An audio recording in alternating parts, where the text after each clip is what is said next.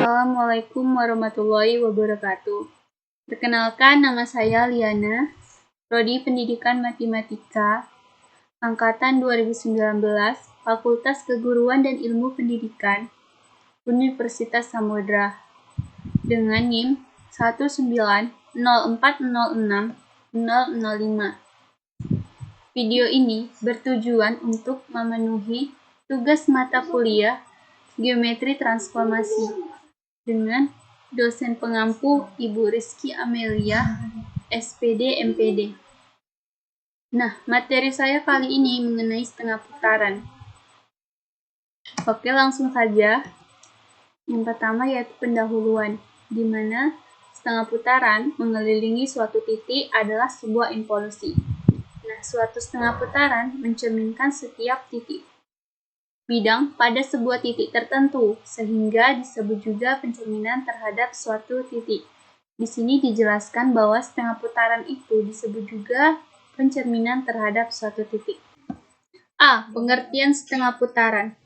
Sebuah setengah putaran dengan pusat A dinotasikan dengan SA atau dibaca setengah putaran dengan pusat A adalah suatu padanan yang didefinisikan untuk setiap titik P pada bidang. Nah, sebelum kita memasuki teorema setengah putaran, kita andaikan terlebih dahulu diketahui P adalah sebuah titik yang diputar setengah putaran pada pusat A atau SAP, atau dibaca setengah putaran titik P dengan pusat A. Maka lukislah. Nah, kita akan melukis gambar dari setengah putaran titik P dengan pusat A. Kita ilustrasikan terlebih dahulu dengan dua titik, yaitu titik P dan titik A. Nah, titik P ini akan diputar setengah putaran melalui titik pusat A, sehingga gambarnya seperti ini. Kemudian, pada ilustrasi pertama, jika P tidak sama dengan A, maka setengah putaran titik P dengan pusat A itu menghasilkan nilai P aksen, sehingga muncullah titik P aksen. Sehingga A ini itu berada di titik tengah antara P dan P aksen. Ilustrasi kedua, jika P sama dengan A, maka setengah putaran titik P dengan pusat A itu akan menghasilkan nilai P sama dengan A. Kenapa? Karena apabila titik P diputar setengah putaran akan menghasilkan nilai A atau nilai P itu sendiri. Kemudian yang B, sifat-sifat setengah putaran. Pada teorema 7.1, andaikan A sebuah titik, G dan H dua buah garis tegak lurus yang berpotongan di A, maka setengah putaran dengan pusat A itu sama dengan pencerminan terhadap garis H dilanjutkan pencerminan terhadap garis G. Pembuktian. Berdasarkan definisi setengah putaran, bahwa A, kasus yang pertama, itu kita misalkan P tidak sama dengan A. Oleh karena itu, maka kita dapat membuat sebuah sistem sumbu ortogonal dengan G sebagai sumbu X dan H sebagai sumbu Y. A dipakai sebagai titik asal.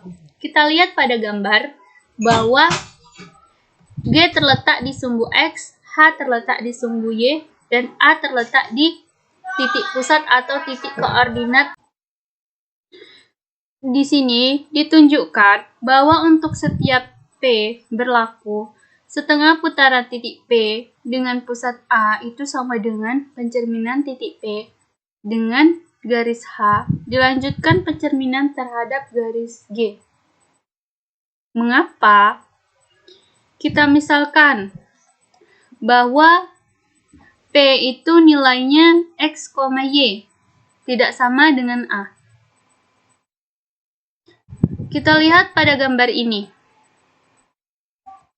Maka titik P berada di sini, bukan berada di A. karena dia tidak sama dengan A. Dan setengah putaran titik P dengan pusat A itu sama dengan P double aksen dengan permisalan nilai X1, Y1. Nah, di sini kita akan melakukan setengah putaran titik P terhadap A. Caranya bagaimana? Caranya adalah kita berikan bayangan kurang lebih seperti ini. Kita lakukan perputaran sebesar 180 derajat. Nah, seperti ini. Maka, jatuhnya adalah kuadran ketiga pada titik P double aksen dengan permisalan min X, min Y. Maka di sini adalah benar bahwa setengah putaran titik P dengan pusat A itu adalah sama dengan P double aksen. Nah, nilai X1, Y1-nya itu yang mana? Yaitu nilainya min X, min Y. Kenapa di sini nilainya menjadi min X, min Y? Karena kuadran ketiga ini jatuhnya ke titik min X dan sumbu Y ini di sumbu min Y.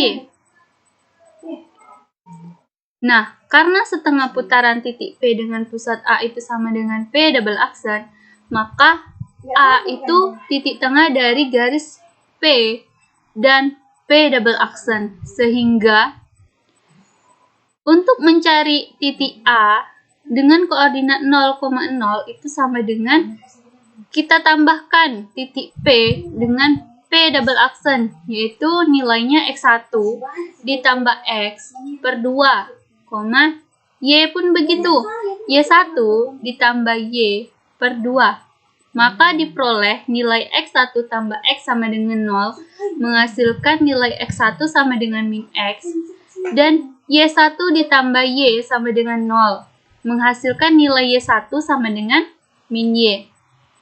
Artinya, setengah putaran titik P terhadap A itu sama dengan P double aksen dengan nilai min X, min Y. Kemudian komposisi pencerminan. Nah, pencerminan titik P dengan garis H dilanjutkan pencerminan terhadap garis G itu sama dengan pencerminan titik P terhadap H dulu. Nah, di sini kita akan mencerminkan titik P ini terhadap cerminan garis H. Nah, garis H itu di mana? Garis H itu terletak di sumbu Y. Maka, jadilah seperti ini. Nah, hasil dari titik P dicerminkan terhadap garis H itu menghasilkan jatuh ke titik P aksen, yaitu dengan nilai min X, min Y. Kenapa nilainya min X, min Y? Karena di sini kita lihat bahwa sumbunya itu terletak di min X dan Y. Kemudian kita cerminkan nilai min X, min Y ini terhadap garis G. Garis G itu terletak di mana? Garis G itu terletak di sumbu X. Nah, kita cerminkan ke bawah. Ini, dari titik P aksen, kita cerminkan ke bawah. Menghasilkan nilai P double aksen, yaitu nilainya min X, min Y. Kenapa nilai min X, min Y? Karena P double aksen ini terletak di sumbu minus atau negatif. Negatif X, negatif Y. Sehingga didapatlah bahwa pencerminan titik P dengan garis H dilanjutkan pencerminan terhadap garis G itu menghasilkan nilai min X, min Y. Nah, dari persamaan 1 dan 2 diperolehlah setengah putaran dengan pusat A itu sama dengan pencerminan terhadap garis H dilanjutkan pencerminan terhadap garis G. Nah, untuk kasus yang kedua, di sini dijelaskan bahwa kasus 2 kita misalkan P ini sama dengan A. Nah, menurut definisi, setengah putaran titik A dengan pusat A itu sama dengan A. Kenapa? Nah, apabila di sini dilakukan perputaran setengah putaran terhadap titik A, maka menghasilkan nilai A itu sendiri. Nih, apabila titik A ini diputar setengah putaran terhadap A, maka menghasilkan nilai itu sendiri, yaitu A. Nah, begitupun juga dengan pencerminan. Pencerminan terhadap titik A pun begitu. Pencerminan terhadap titik A dengan garis H dilanjutkan pencerminan terhadap garis G itu menghasilkan nilai pencerminannya itu A. Lalu dilanjutkan pencerminannya terhadap garis G. Maka menghasilkan nilai itu sendiri, yaitu nilai A. Nah, jadi dari persamaan 1 dan 2, maka diperolehlah setengah putaran titik A dengan pusat A itu sama dengan pencerminan titik A dengan garis H dilanjutkan pencerminan terhadap garis G. Jadi terbuktilah dari kasus 1 itu bahwa P tidak sama dengan A, dan kasus 2 P sama dengan A. Terbuktilah bahwa setengah putaran dengan pusat A itu sama dengan pencerminan garis H dilanjutkan pencerminan garis G. Sekian dari presentasi saya. Apabila ada kesalahan dalam penyampaian materi, saya mohon maaf. Saya sudahi dengan wassalamualaikum warahmatullahi wabarakatuh.